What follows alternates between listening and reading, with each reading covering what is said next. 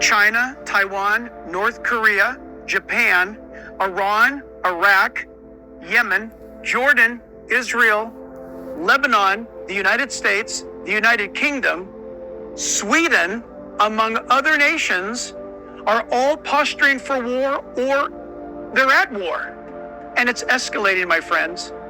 What's going on? Well, Jesus said in the last days there's going to be a time of wars and rumors of wars. Now, there's always been wars and rumors of wars.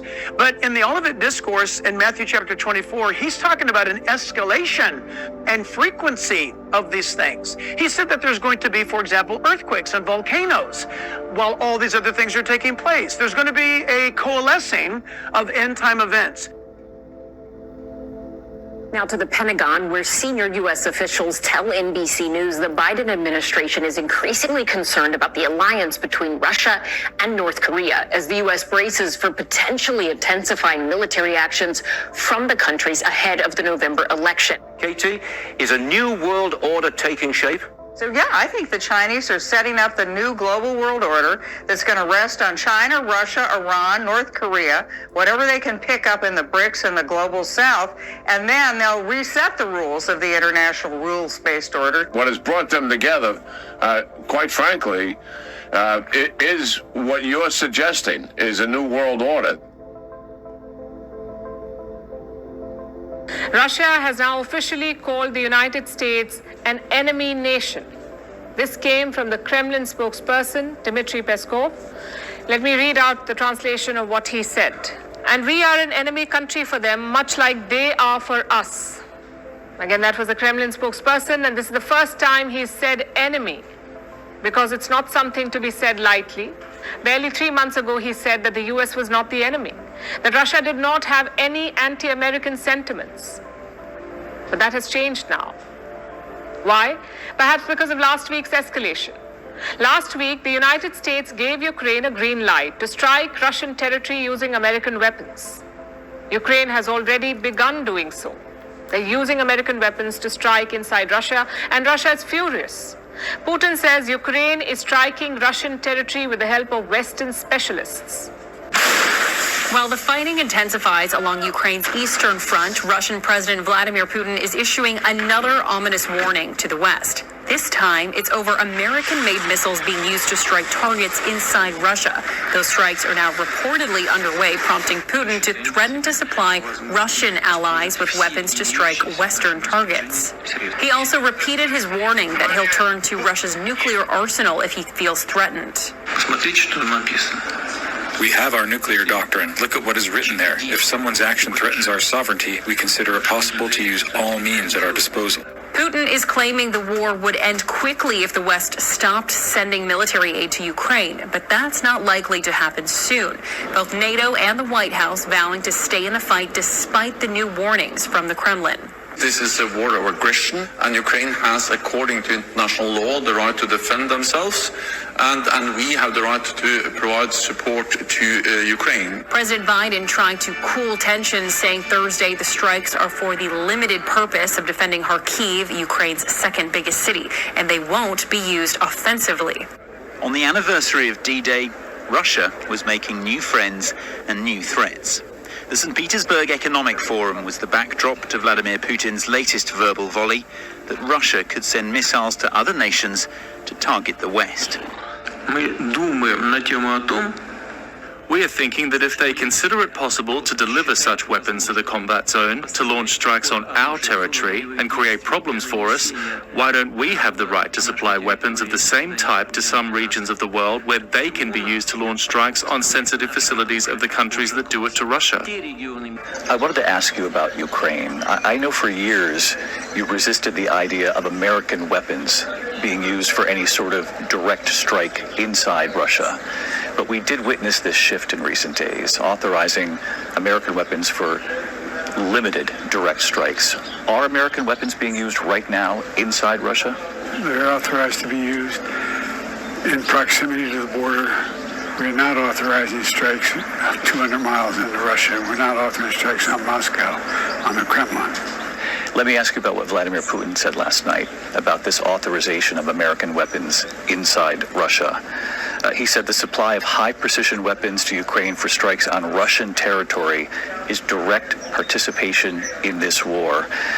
He went on to say that this is the way to serious problems, and again talked about Russia's nuclear capabilities. Does that concern you? I've known him for over 40 years. He's concerned me for 40 years. He's not a decent man. He's a dictator, and he's struggling to make sure he holds this country together while still keeping this assault going. Okay, Michael, what do you make of Biden's decision? Is it good for Ukraine and the world? This is a disaster. It's a real danger. Can you imagine if Vladimir Putin authorized proxy forces to fire Russian-made missiles into the United States? What are the consequences? We would have to retaliate, right? What is Biden pushing us into? This is insane. I support Ukraine. I support Ukraine's right to fight, and I supported arming Ukraine, but I wanted a strategy. You can't fight a war without a strategy, and the Biden administration has no strategy. It's just like, send more money. What you just had just a minute ago, the administration, NATO will spend whatever it takes for as long as it takes. This is Vietnam nonsense. This is crazy. This is all protracted warfare that democracies never win. So we're looking at escalation, inevitably, as a result of this. What do you think is going to happen with this, Michael? Nothing good. Okay, so we've got foreign ministers meeting in Geneva, and they seem to suggest they're also ready to bring Ukraine into NATO. Would that happen before the end of the war? Could it be a point of negotiation with Russia to end the conflict? What are your thoughts? This is making it even worse because first, there's been no national debate about expanding NATO to Ukraine, right? About putting our continental nation, our country, on as a nuclear target in defense of Ukraine. This is insanity. 2 days ago, Putin warned the West that he would strategically position weapons in countries bringing the West within its striking range. It did not take the Russian leader too long to act. It is the 7th of June 2024 and the world is staring at what could possibly be another Cuban crisis. You heard that right. Russian warships are all set to dock in Havana. Have a look at what Cuba has told the world. It says a group of Russian ships will be visiting Havana next week. These are not your luxury cruise ships, by the way. These are Russian naval ships. The question is, what will these warships do in Cuba? Will they send a message to the US and the NATO? Russia and Cuba, remember, are Cold War allies. Cuba hosted Soviet nuclear missiles in 1962. The John F. Kennedy-led US administration decided to impose a naval blockade around Cuba. The Cuban Missile Crisis nearly tipped the world into a nuclear war. 62 years on, Russian nuclear-powered submarine has made a port call in Havana. Now, Russia regularly conducts drills in America's backyard, but this time they're expected to be quote-unquote heightened. And the drills will continue for weeks, if not months. This is clearly muscle flexing.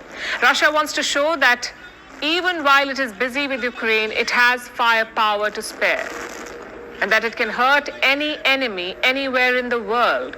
All of this posturing is reminiscent of a different era, of the Cold War, when Russia and the US were constantly on the brink of war, and the rest of us were hoping to not be caught in the nuclear fallout. Taiwan's Ministry of Defense is responding to a number of Chinese military drills carried out in their airspace.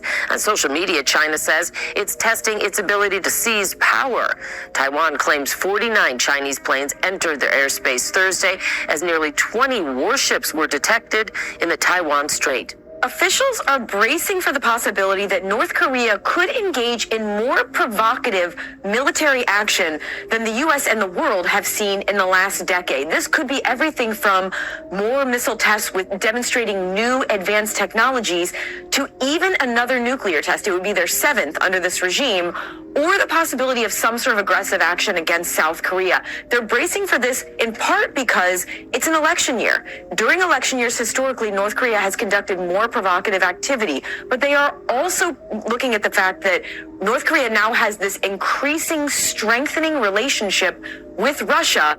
Australia has joined global condemnation of China's aggressive military response to the inauguration of Taiwan's new president. 5 Chinese military exercises around the main island, another 4 around Taiwan-controlled islands. Taipei scrambling its own jets in response. US, Japanese and Australian forces monitoring closely. A delicate peace looks a little more fragile.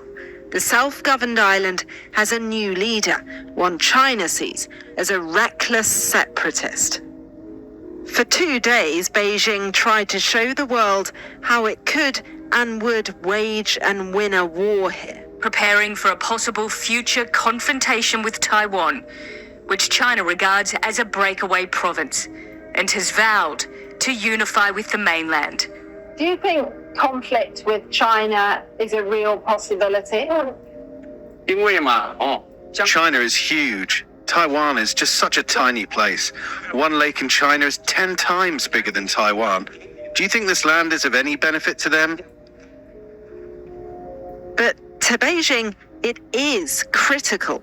Reunification inevitable. The latest drills, punishment for Taiwan talking about 2 separate countries. China's military released this chilling computer animation, a warning of what it could do. With the largest navy in the world, rockets rain down on Taiwan. We see the island surrounded on every side until it is taken. Taiwan has scrambled its military in response. Do you think that Beijing is preparing for war? Certainly, yes. China is preparing for war. Based on the number of military ships and the hiring of new recruits, it's all for self-defense and Taiwan. You remember the last time they did these drills was back in August 2022 when Nancy Pelosi famously did that visit to Taiwan. But Xi Jinping has been hosting President Putin in a sort of state visit only last week. They've talked about their sort of limitless partnership. Now, Xi Jinping wants to change the world order, the US-led world order. That resonates with President Putin. Also, China's very interested in how Putin's getting on with the invasion of Ukraine. We can reveal that we have evidence that Russia and China are collaborating on combat equipment for use in Ukraine. Now, let's not forget that China said, well, we're not going to help Russia kill Ukrainians. Well, it looks like they're doing exactly that. So they're helping them on the combat, so actually offensive attacks on Ukraine. We know that, but look, there's an axis now. You've got China, Iran, North Korea, and Russia all working together. What a terrifying axis that is. Yeah, well, it's part of what you're talking about is this new global world order and the new Cold War, which is going to be led by China, Russia, North Korea, and Iran. What do you make of the 100 Chinese nationals trying to get into U.S. military bases, appearing as tourists and saying, hey, all have the same story? What is with that?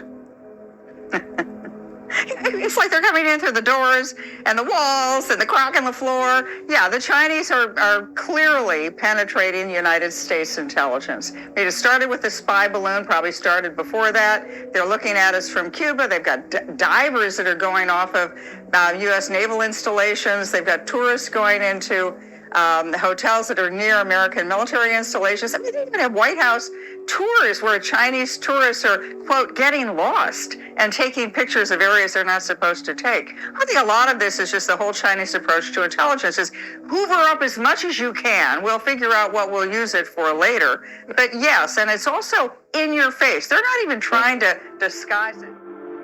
Okay, so what will need to happen to end this war? Because no one's talking peace right now. No one's talking peace, and the only one who's talking victory is Putin. You don't see NATO talking victory. In fact, the Pentagon has taken the word victory out of its 400-page dictionary of military terms. So if we don't have an idea of what victory is, and at what point is it in our interest to proceed, and at what point is it against our interests to proceed, then we have no plan. Now, you think Putin doesn't know this? So why shouldn't he just go ahead and proceed as he wishes? Because he knows. I mean, look at the people running the White House now. Let's just pull out a map for you.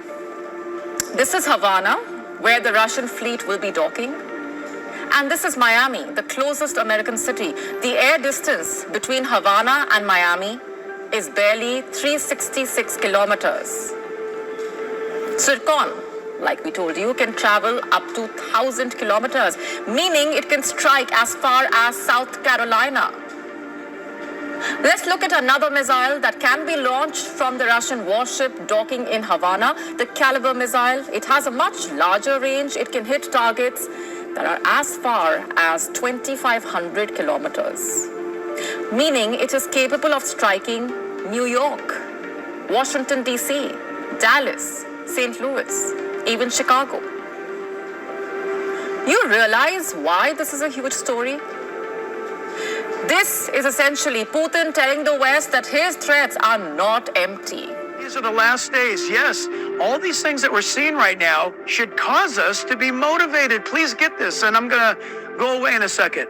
Let these things be motivators, not something that causes you to sequester yourself. Motivators. Oh my gosh, the world's falling apart. Get up and give the gospel. I'm scared. I don't know what to do. Repent and trust God.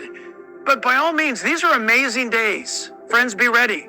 Because listen, we may not have an America for long as we know it, but the kingdom of God is not shaken by any of these things. This is where we hold them. This is where we fight. And these shields, boys! The moral to be drawn from this dangerous nightmare situation is a simple one. Don't let it happen. It depends on you.